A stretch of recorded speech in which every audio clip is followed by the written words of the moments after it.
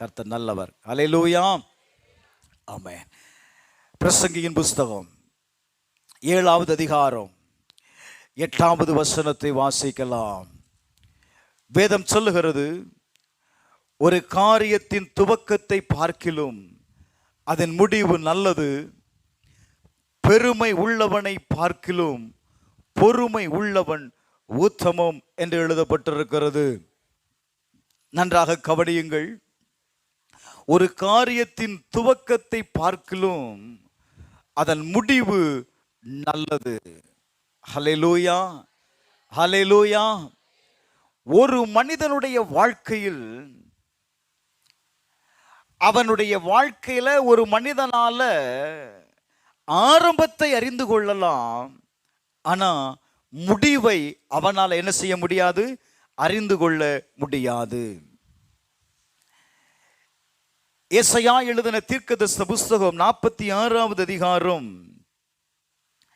10வது வசனத்துல நீங்க வாசிக்கும் பொழுது வாசிக்கலாம். ஏசாயா எழுதின தீர்க்கதரிசன புஸ்தகம் 46வது அதிகாரம் 10வது வசனத்துல அங்கே வேதத்தில் எழுதப்பட்டிருக்கிறது, அந்தத்தில் உள்ளவைகளை ஆதி முதற்கொண்டும் இன்னும் செய்யப்படாதவைகளை பூர்வ கால முதற்கொண்டும் அறிவிக்கிறேன்.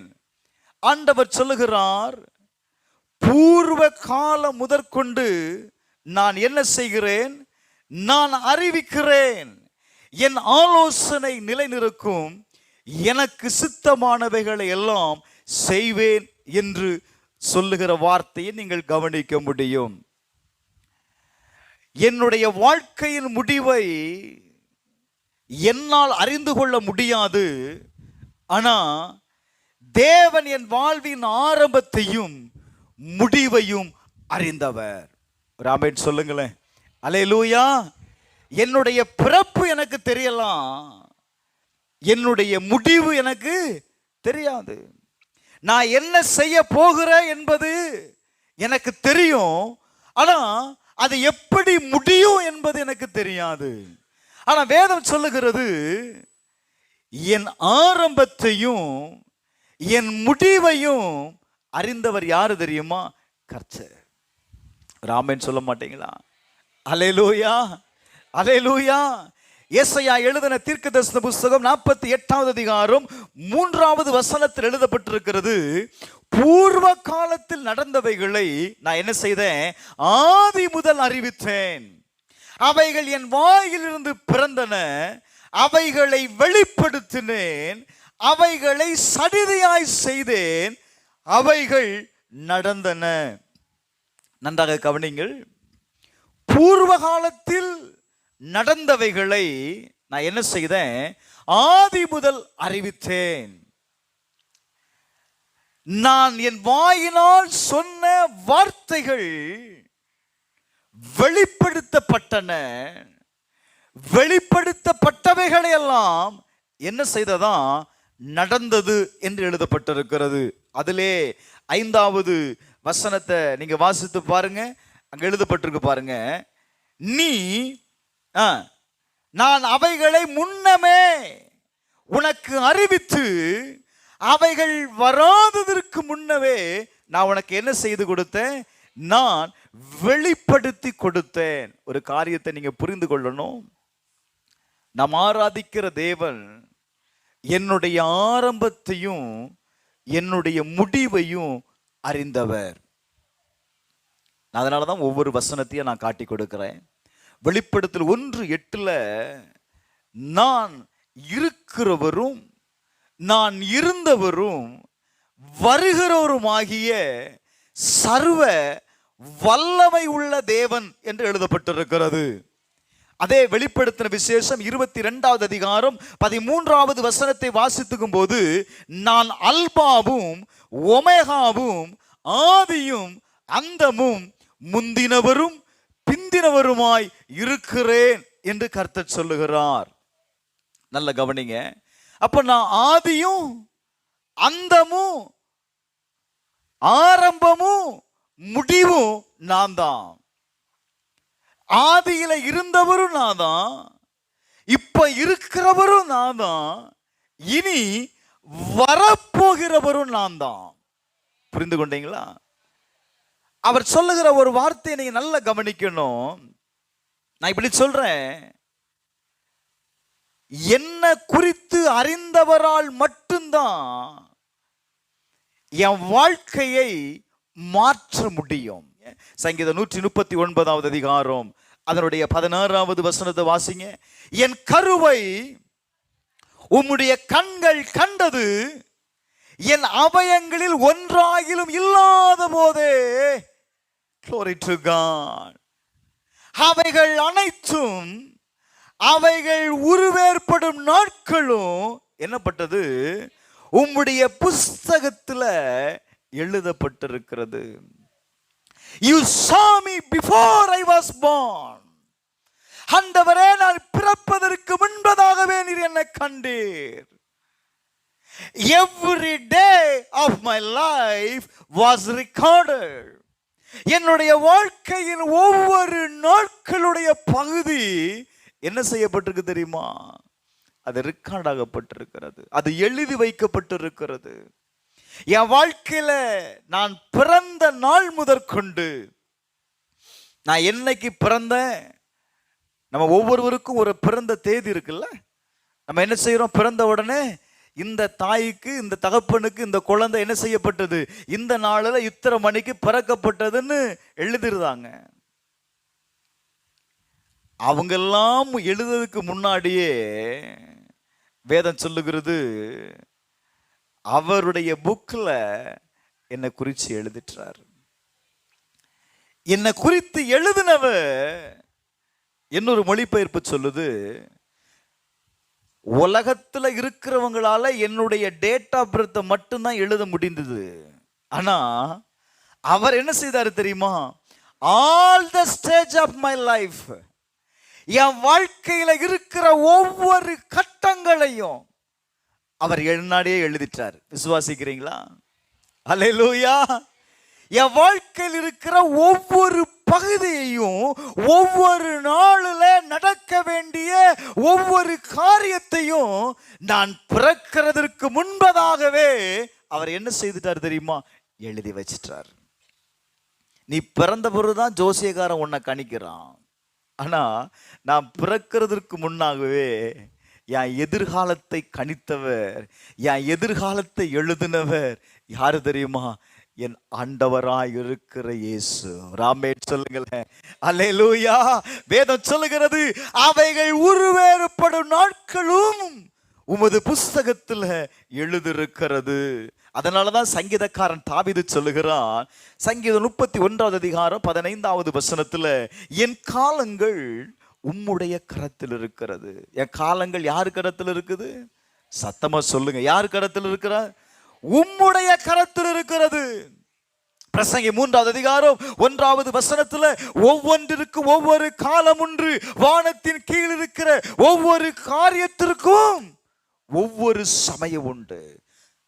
வானத்திற்கு கீழ் இருக்கிற ஒவ்வொரு காரியத்திற்கும், நான் இப்படி சொல்றேன், நம்முடைய வாழ்க்கையில ஒவ்வொரு காரியமாய் ஒவ்வொரு பகுதியாய் நடந்துட்டு இருக்குல்ல, அது ஒவ்வொன்றும் எழுதப்பட்டது.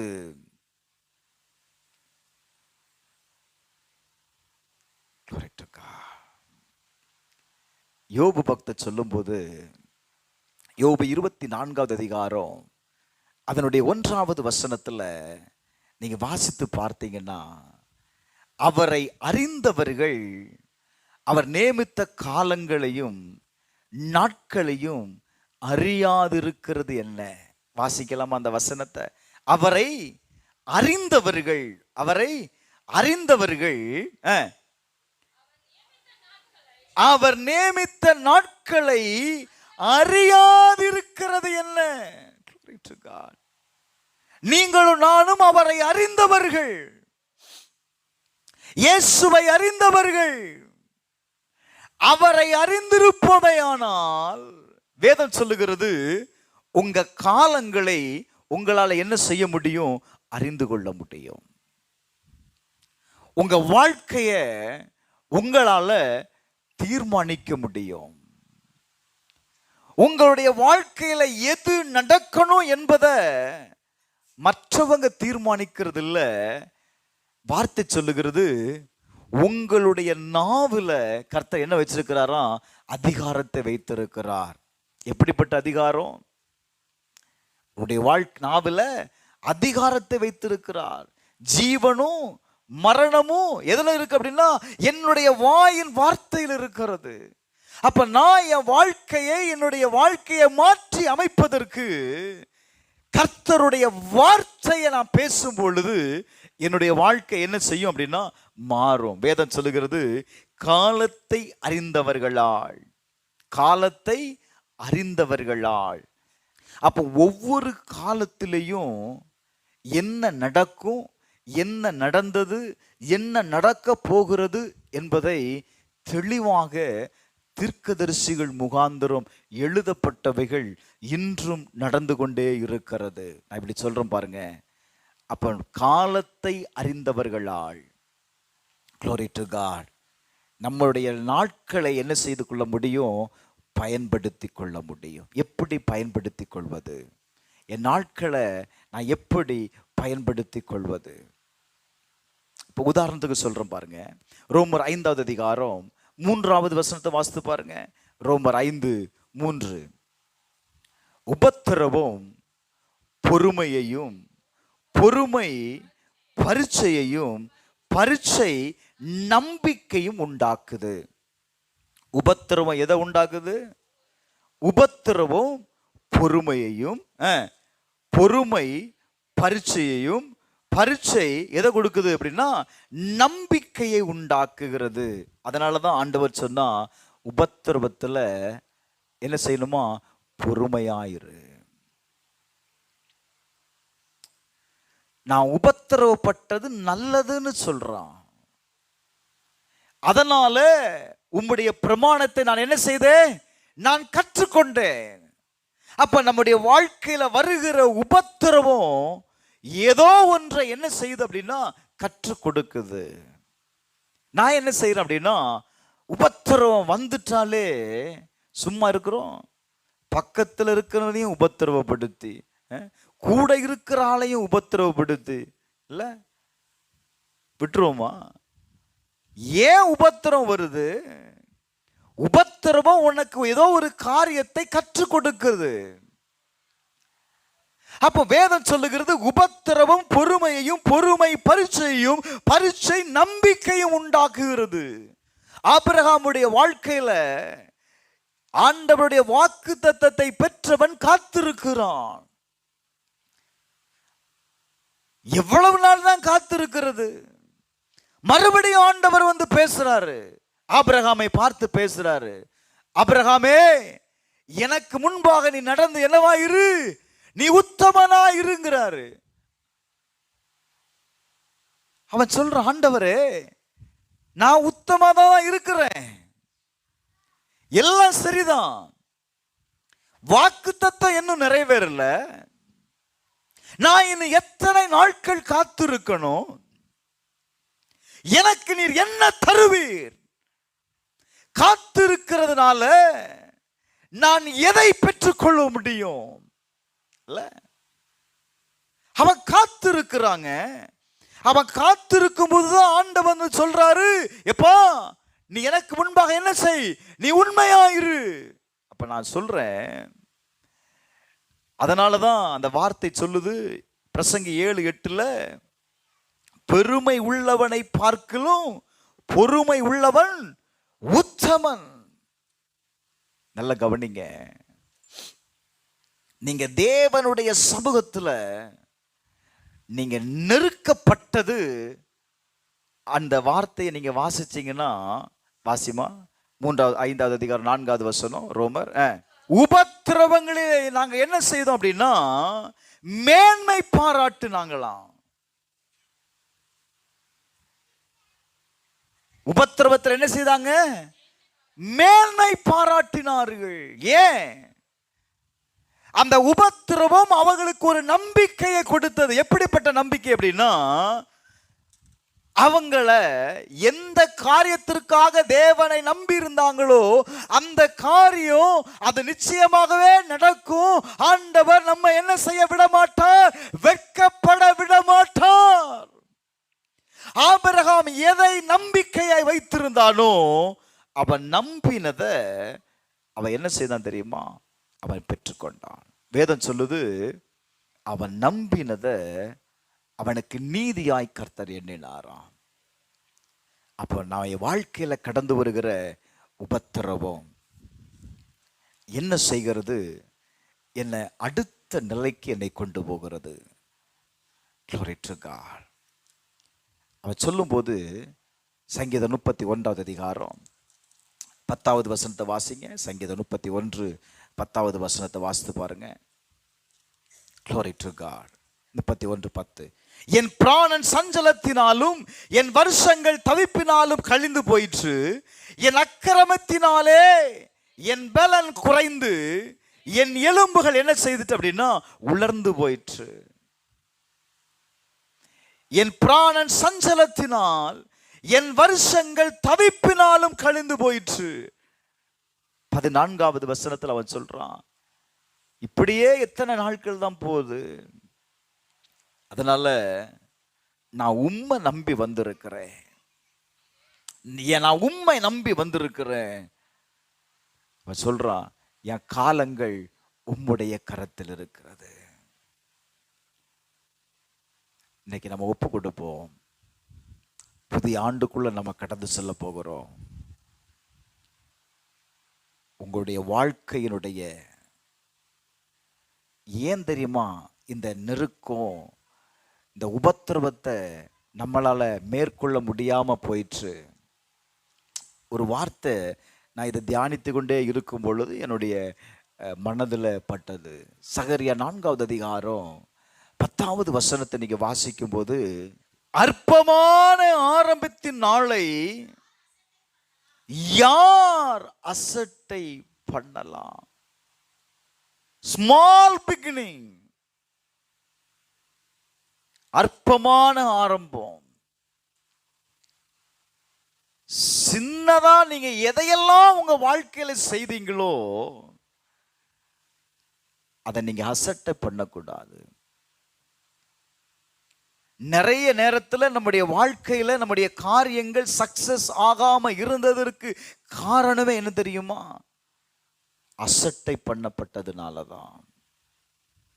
நீங்க எதையாவது ஒரு காரியத்தை செய்வதற்கு முன்பாக யார்கிட்டயாவது போய் சொல்லி பாருங்க. யாராவது உங்களை என்கரேஜ் பண்றாங்களா? உனக்கு ஏன் இந்த வேலை கேக்குறாங்களா? உனக்கு ஏன் இந்த வேலை? நல்ல கவனிங்க. அப்ப நான் என்ன செய்யணும்? நீ தேவனிடத்தில் நீங்க எதை செய்தீங்களோ அந்த காரியத்தை, ஏன்னா உன்னுடைய காலங்கள் இன்னொருத்தன் கையில இல்ல, யாருடைய கரத்தில் இருக்கு அப்படின்னா கர்த்தருடைய கரத்தில் இருக்கிறது. அவன் சொல்றான், என் காலங்கள் உம்முடைய கரத்தில் இருக்கிறது. ஒருவேளை கடந்த நாட்களில் உங்களுடைய வாழ்க்கையில பல காரியங்களை நீங்க தோல்வி அடைந்திருக்கலாம். நான் தியானித்து கொண்டு இருந்த போது, என்ன ஆண்டவரேன்னு யோசித்து கொண்டிருக்கும் பொழுது என்னோடு பேசின வார்த்தை, நிறைய ஃபெயிலியர் எதில் நடந்துச்சு தெரியுமா? உடனே நீங்க தொடங்க கூட மாட்டீங்க, அதை உடனே போய் மற்றவங்கிட்ட சொல்றீங்க பாருங்க. நீங்க நல்ல எண்ணத்துல தான் சொல்றீங்க. சிலவங்களுக்கு சொன்னாதான் தூக்கமே வரும், இல்லைன்னா தூக்கம் வராது. 10 பேர்கிட்ட சொல்லி சொன்னாதான் நமக்கு என்ன செய்ய வரும், அதுல நிறைவடைந்த மாதிரி.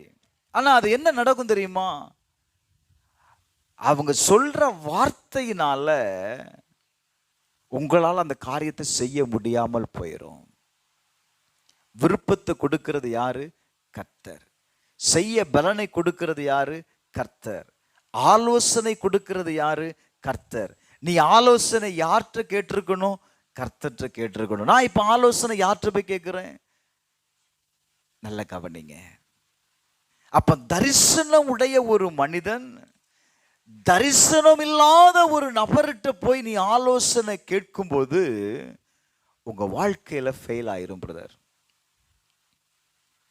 அப்படி நிறைய ஆயிருக்கு. இன்னைக்கு ஆண்டவர்கிட்ட நீங்க ஒப்பு கொடுங்க.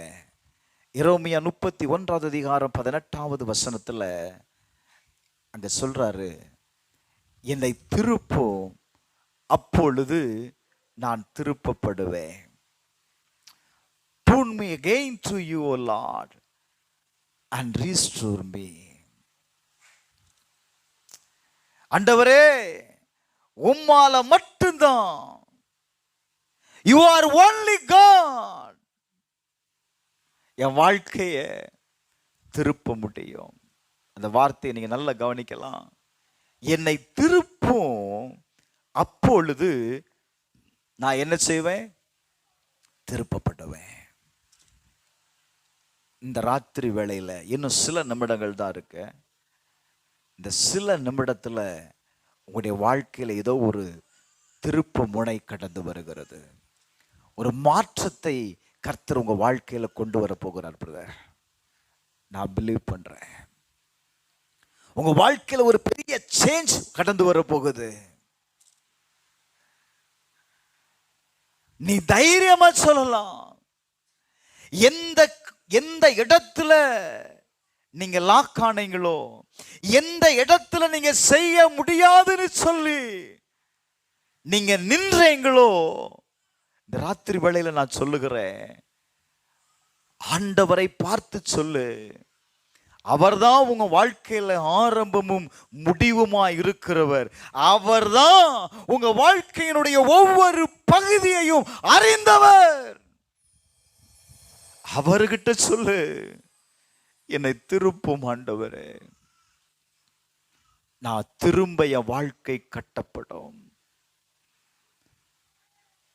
திரும்ப என்னால என் வாழ்க்கையை மாற்றி அமைப்பதற்கு உங்களால மட்டும்தான் ஆண்டவரே முடியும்.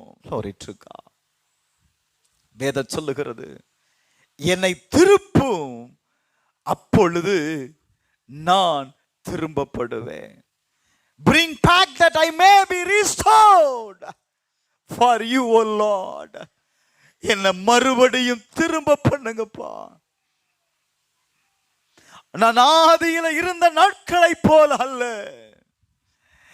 என்னுடைய முற்பிதாக்களின் நாட்களில் நடந்த காரியம். யோபு தன்னுடைய வாழ்க்கையில எல்லாவற்றையும் இழந்த போது அவனிடத்தில் வந்த செய்தி என்ன தெரியுமா? நீ முற்பிதாக்களை ஆராய்ந்து பார், கடந்த காலங்களை நீ ஆராய்ந்து பார். அவர்கள் தங்களுடைய வாழ்க்கையை எப்படி மாற்றினார்கள், உபத்திரவத்தை எப்படி ஜெயித்தார்கள், அதை உன்னால அறிந்து கொள்ள முடியும்னு சொல்றாங்க. நான் சொல்றேன், உன்னுடைய கடந்த காலத்தை மாற்றக்கூடிய நேரம் வந்திருக்கு. ஒரே ஒரு காரியத்தை செய்யுங்க. லேவியராகமம் 26வது அதிகாரம் 9வது 10வது வசனத்தை நீங்கள் வாசிக்கும் போது ஆண்டவர் சொல்றாரு, கடகடன்னு வாசிங்க. 26:9, நான் உங்கள் மேல் கண்ணோக்கமாய் இருந்து உங்களை பலுகவும் பெருகவும் பண்ணி உங்களோடு என் உடன்படிக்கை நான் என்ன செய்வேன் தெரியுமா? நான் திடப்படுத்துவேன். யாரெல்லாம் என்னை திருப்பும் ஆண்டவரே, யாருடைய வாழ்க்கையெல்லாம் ஓ glory to God திரும்பவும் கட்டப்படணும்னு நீங்க நினைக்கிறீங்களோ, ஆண்டவர் சொல்றாரு, என்னிடத்தில் திரும்புகிறவனிடத்துல நான் கண்ணோக்கமா இருந்து அவனை பலுகவும் பெருகவும் பண்ணி உங்களோடு என் உடன்படிக்கையை நான் என்ன செய்வேன் தெரியுமா? நான் திடப்படுத்துவேன். அதனால நீ ஒரு காரியத்தை செய். போன வருஷத்து பழைய தானியத்தை சாப்பிட்டு புதிய தானியத்திற்கு இடம் உண்டாகும்படி என்ன செய்யுங்க? பழையதை விலக்கு, புதிய தானியத்திற்கு இடம் கொடு. புதிய தானியத்திற்கு இடம் கொடு பிரதர். கர்த்தர் ஒரு புதிய ஆசீர்வாதத்தை, ஒரு புதிய திராட்சரசத்தை உன் வாழ்க்கையில ஊற்ற போகிறார். ஒரு புதிய அனுபவம் உன் வாழ்க்கையில கடந்து வர போகிறது. பழைய திராட்சை ரசத்துல நீ புதிய ரசத்தை ஊத்துன அப்படின்னா கெட்டு போயிரும். ஆண்டவர் உன்னை பார்த்து சொல்லுகிறார், புதிய தானியத்திற்கு இடம் கொடு. 1 கொரிந்தியர் 5வது அதிகாரம் 7வது வசனத்துல பழைய புளித்த மாவை என்ன செய்யுங்க, புறம்பே தள்ளுங்கள் என்று எழுதப்பட்டிருக்கிறது. வாசிங்க சீக்கிரமா. 1 கொரிந்தியர் 5:7. குளோரிட்டு. புதிதாய் பிசைந்த மாவா இருக்கும்படி பழைய புளித்த மாவை என்ன செய்யுங்கள், புறம்பே தள்ளுங்கள். பழைய புளித்த மாவை புறம்பே தள்ளணும். புளித்த மாவு இருக்கும் அப்படின்னா அது என்ன செய்யறோம், மறுபடியும் கெட்டு போக வைக்கிறோம். வேதம் சொல்லுது, இன்னைக்கு ஒரே ஒரு வார்த்தை தான். 2 கொரிந்தியர் 5வது அதிகாரம் 20வது வசனத்தை நீங்க வாசித்து பாருங்க. 2 கொரிந்தியர் 5வது அதிகாரம் 20வது வசனம். ஆனபடியினாலே தேவனானவர் எங்களை கொண்டு புத்தி சொல்லுகிறது போல நாங்கள் கிறிஸ்துவுக்காக ஸ்தானாதிபதியாய் இருந்து தேவனோடு ஒப்புரவாகுங்கள். யாரோடு ஒப்புரவாகுங்கள்? தேவனோடு ஒப்புரவாகுங்கள். எல்லாரும் எழுந்து நிற்போமா? எல்லாம் எழுந்து நிற்போமா? வேதம் ரொம்ப அழகா சொல்லுது, தேவனோடு இது ஒப்புரவாகிற நேரம். பழைய புளித்த மாவோடு கூட அல்ல. நாம் அவருக்குள் தேவனுடைய நீதி ஆகும்படி, அவருக்குள். நான் மறுபடியும் சொல்றேன், ஆபிரகாம் எந்த காரியத்தை நம்பினானோ அது அவனுக்கு நீதியாய் கொடுக்கப்பட்டது. இந்த 2024வது ஆண்டுல நீங்க எந்த காரியங்கள் எல்லாம் நடக்கணும் அப்படின்னு தீர்மானம் பண்ணி இந்த ஆலயத்திற்குள்ள வந்திருக்கிறீங்களோ அது கட்டாயம் நடக்க போகுது. நாம் அவருக்குள் தேவனுடைய நீதியாகும்படி பாவம் அறியாத அவரை நமக்காக பாவமாக்கினார். பாவம் அறியாத அவருடைய இரத்தம், விலையேற பெற்ற அவருடைய இரத்தத்தினால நம்முடைய பாவங்களை கழுகுகிற, சுத்திகரிக்கிற ஒரு வல்லமை அந்த இரத்தத்துக்குள் இருக்குதுப்பா. கடைசி நேரத்தில் வந்திருக்கோம். தேவனோடு ஒப்புரவாகுங்களேன், தேவனோடு ஒப்புரவாகுங்களேன். அவரோடு நீ ஒப்புரவாகிறது தான். வேற வழியே இல்லை பிரதர், சிஸ்டர், வேற வழியே இல்லை. உன் வாழ்க்கையை அறிந்தவர் அவர்தான். உன் வாழ்க்கையின் ஆரம்பத்தை அறிந்தவர் அவர்தான். உன் வாழ்க்கையின் முடிவை அறிந்தவர் அவர்தான். இந்த வருடத்தினுடைய முடிவுக்குள்ள நீ கடந்து வந்திருக்கிற. 2024 துவக்கத்தை அறிந்தவர் அவர். முடிவையும் அறிந்தவர் அவர்தான், துவக்கத்தை அறிந்தவர் அவர்தான்.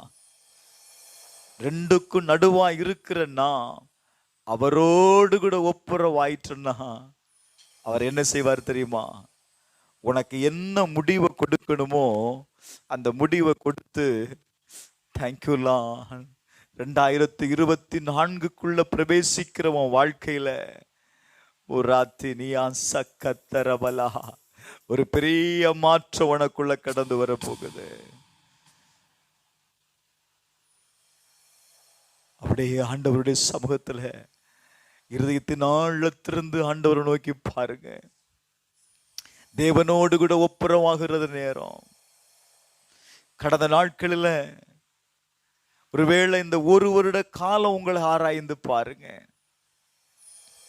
யோபு கிட்ட வந்து சொன்னாங்க, காலங்களை நீ பாரு, முற்பிதாக்களுடைய காலங்களை ஆராய்ந்து பாரு. தாவீதும் தன்னுடைய வாழ்க்கையில கடந்த காலங்களை ஆராய்ந்து பார்க்கிறான். பாருங்க பிரதர், அவன் சொன்ன என்னை ஆராய்ந்து பாரும் ஆண்டவரே, என் இருதயத்தையும் சிந்தையையும் ஆராய்ந்து பாரும் ஆண்டவரே. வேதனை உண்டாக்குகிற வழி என்னிடத்தில் உண்டோ என்று பார்த்து என்ன செய்யுங்க, நித்திய வழியில என்னை நடத்தும். எத்தனை பேர் சொல்றீங்க, என்னை ஆராய்ந்து பாருங்க ஆண்டவரே? சொல்லுங்க. என் இருதயத்தை ஆராய்ந்து பாருங்க, என் சிந்தையை ஆராய்ந்து பாருங்க. காத்துராபாய் அப்படியே சொல்லுங்க பிரதர், சொல்லுங்க சொல்லுங்க. என்னை ஆராய்ந்து பாரும் ஆண்டவரே, என்னை ஆராய்ந்து பாரு. நீ தேவனோடு கூட ஒப்புரவாகுதான் சிஸ்டர். நீ தேவனோடு ஒப்புரவாக்குகிறது. அவர் என்ன தெரியுமா செய்கிறாரு? எதெல்லாம் உன் வாழ்க்கையில தடையா இருக்கிறதோ, எதெல்லாம் தேவனுக்கும் உனக்கும் நடுவாக பகையா இருக்கிறதோ, அந்த பகையை அவர் எடுத்து போடுகிறார். மறுபடியும் சொல்றேன், ஏதோ ஒரு தடுப்பு சுவர், தேவன் உனக்கு நன்மை செய்யக்கூடாதபடி, தேவனிடத்திலிருந்து நீ எதையும் பெற்றுக்கொள்ள முடியாதபடி ஏதோ ஒரு தடை. கர்த்தர் சொல்றாரு, இப்ப நான் இறங்கி வர்றேன், நான் இறங்கி வருகிறேன், உன் தடைகளை உடைக்கும்படி இறங்கி வருகிறப்பா, என்னை நோக்கி கூப்பிடு. எத்தனை பேரு கூப்பிடுறீங்க? எத்தனை பேரு கூப்பிடுறீங்க? ரெண்டு ஒப்புரவாகிரு. புதிய ஆண்டுக்குள்ள நீ பிரவேசிக்க போகிற பிரதர், நான் சேலஞ்சா சொல்றேன், நான் சேலஞ்சா சொல்றேன். 2024 ஆண்டு 2023 ஆண்டை போல அல்ல.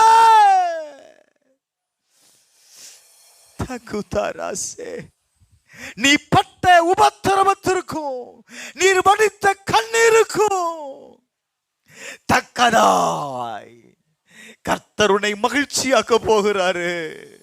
ஒப்புரவாயிரு, உனக்கு ஒப்புரவாயிரு. இது கடைசி நேரம். முடிய போகிற நேரத்தில்,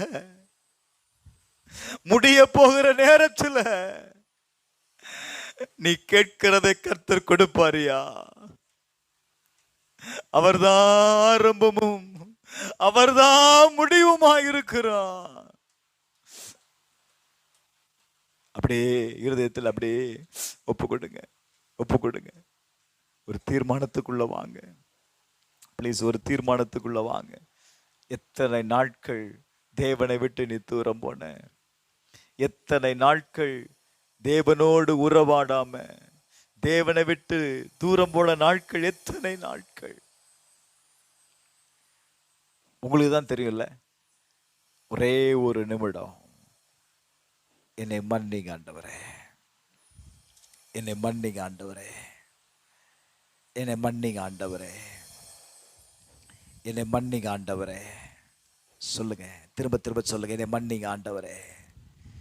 எதுவுமே எனக்கு தடையா இருக்கக்கூடாது, எதுவுமே எனக்கு தடையா இருக்கக்கூடாது, எதுவுமே எனக்கு தடையா இருக்கக்கூடாது ஆண்டவரே, என்னை மன்னிங்கப்பா. அப்படி எல்லாரும் ஒப்பு கொடுப்போமா? எங்கள் பரலோக பிதாவே, இந்த நல்ல வேலைக்காக உமக்கு ஸ்தோத்திரம்.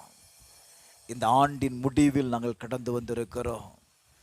சபையாராய் ஒருமித்து உம்மை நோக்கி வேண்டுதல் செய்கிறோம்ப்பா. எங்களுடைய பாவங்கள், எங்கள் மீறுதல்கள், எங்கள் அக்கிரமங்கள் எல்லாவற்றையும் மன்னித்து ஒரு புதிய சிருஷ்டியாய், ஒரு புதிய மனிதனாய் இந்த 2024 ஆண்டுக்குள் எங்களை கொண்டு போகிறதற்காக ஸ்தோத்திரம். இயேசு கிறிஸ்துவின் நாமத்தில் ஜெபிக்கிறேன் எங்கள் ஜீவனுள்ள நல்லருமை பிதாவே, ஆமென்.